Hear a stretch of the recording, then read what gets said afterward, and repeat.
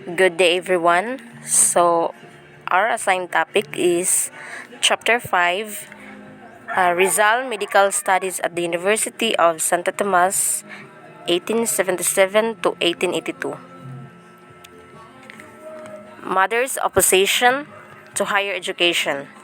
Doña Teodora opposed the idea and told her husband, "Don't send him to Manila again. He knows enough. If he gets to know more, the Spaniards will cut off his head." So, iyang mother niya, which is si Teodora, Doña Teodora, is dili gid siya boto or dili gid siya gusto nga si Rizal is mag-eskwela siya sa Santo Tomas. Ang iyaha lang father o iyahang brother mo ay gusto gid siya pa eskwelahon dito sa higher education, pero iyang mama is dili gusto. Kay it's all about manggod, mahadlok siya nga mapareha sa katong tulo ka priest nga Gomburza, which is Gomez, si Burgos ug si Zamora. Mahadlok siya nga mahitabo ing ato sa iyang anak na si Rizal. So grabe lang siya ka protected mother. So mao nang tutol gid siya sa pag-eskwela ni Rizal sa Santo Tomas University. Kay the more man good nga knowledgeable siya, the more na i-hate siya sa mga Spaniards. So next is Rizal's enters the university.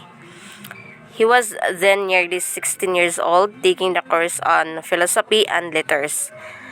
April 1877. So mao to nagpadayon jud siya kay gusto man pud sa iyang father ug iyang brother, so nagpadayon siya sa Santo Tomas. So nahitabo ang iyang course niya gikuha first is ang philosophy and letters. So gikuha na niya nga course, it's because na ito reason niya. First is gusto sa iyang papa niya nga mao na nga kuhaon nga kurso, and then ang ikaduha pod is wala pa siya kabalo kung unsa nga career iyang i-pursue niya. So mao nang kana sa iyang gikuha. So during pud sa iyang kuan niya first year term sa University Santo Tomas, nag-study pud siya og cosmology, metaphysics, theodicy, and history of philosophy. So nga na siya ka bright. Daghan siya gi-eskwelahan. Then following term, having received the Ateneo's rectors, which is si Father Pablo Ramon, nag-advise siya nga mag-study siya og medicine. So isa pod nga ni-eskwela siya og medicine is kuan kanang aron matambalan niya og matabangan niya iyang mama nga naay diferensya sa mata. Iyang mama is murag something blind na. Mao nang gusto niya gusto niya mag-medicine. Mao ni ang ilahang mao ning eskwelahan nga kuan Santo Tomas. Finishes surveying course in Ateneo 1878. He took the vocational course leading to the title of Perito Agrimensor, or what we called expert surveyor. So at the age of 17, napas niya ang final examination sa surveying course. So ang title na issue sa November 25, 1881. Then continue siya og participate sa Ateneo nga extracurricular activities. So nahimo siyang President of the Academy of Spanish Literature and Secretary of the Academy of Natural Sciences. Then nahimo siyang expert surveyor, pero wala siya natagaan og title. It's because tungod sa iyang pagka-lower sa iyang age, bata pa man kayo siya atong paghuman. Then aside bud sa pag-eskwela ni Rizal, aside sa iyang pag-active sa pag-eskwela, is naapod siya time sa romance or sa iyang pag-ibig. So Rizal was a romantic dreamer who liked to sip the nectar of love shortly after losing Segunda Katigbak. So Segunda Katigbak is mao na siya ang first love ni Rizal. He paid court to a young woman in Calamba, he called her simply Miss L. So iyang second love niya is si Miss L nga wala ginahibalan up until now because secret ra ilahang love nila mo ganing gi Miss L ra niya wa ta kabalo kung kinsa gini si Miss L. So very kuan ra ilahang love story. Secret lang. Then wala na hibalan kung unsa ila reason sa pagbulag. Then, during his sophomore year at the UST, he courted Leonor Valenzuela. So, iyang third love. He sent her love notes written in invisible ink. So, si Leonor Valenzuela is na in love siya ni Rizal kay aside sa pagka-bright, grabe po siya ka romantic. So, nagahatag siya si Rizal og mga love notes gamit ang invisible ink. So, pasabot dili gini mo na siya makitaan kay invisible man siya. Di ni mo siya makitaan unless imo siyang ipaduol nimo siya sa lampara or kaya sa kandila basta na i-light. Ipaduol nimo ang katong notes diha pa nimo mabasa ang mga letter ni Rizal. Diba? So ing ana siya ka romantic jud pag-abot sa woman. Then after ni kuan Leonor Valenzuela na ang next niya nga romance is another na po na Leonor Rivera. So in short, hilig siya Leonor.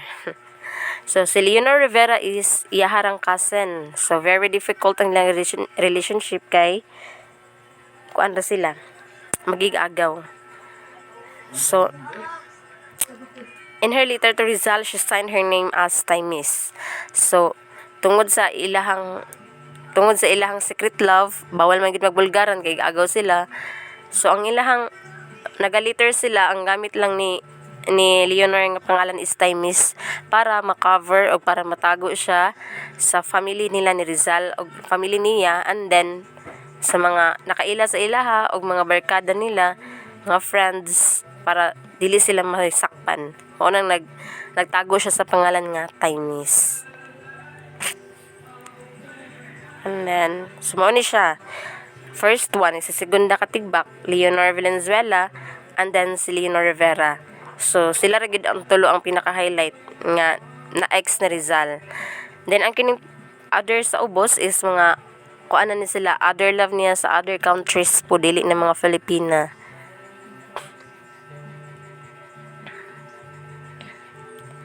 So, victim of Spanish officers' brutality.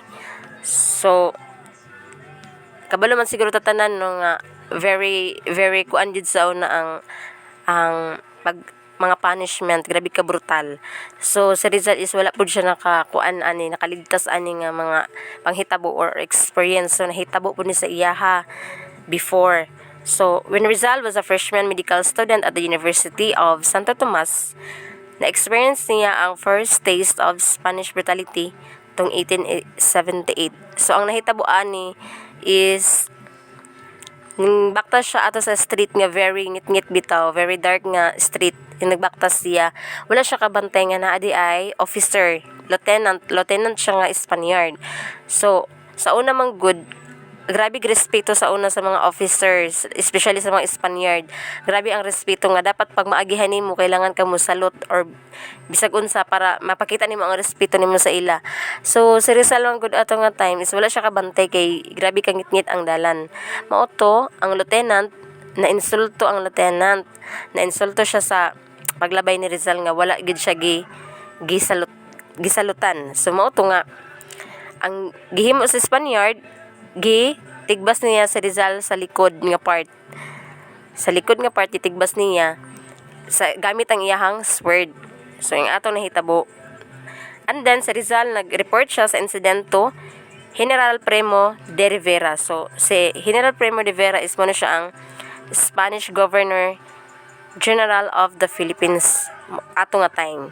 So nag-report siya pero wala siya gipansin, wala taga-agustis siya ang nahitabo sa iya kay because grabe kababa ang pananaw sa mga Filipinos that time.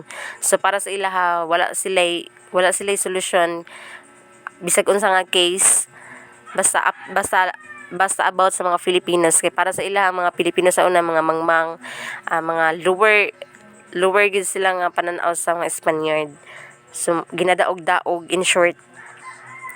So mao to si Rizal, grabe ang kahiubos, ang nakahimo siya og letter related to, ang nakasulat dito is, I went to the captain general, but I could not obtain justice. My wound lasted 2 weeks. So mao to nahitabo. So after ato, padayon na din ang mga letter ni Rizal sa mga kahiubos niya about sa mga Spaniards. So that's all about my topic.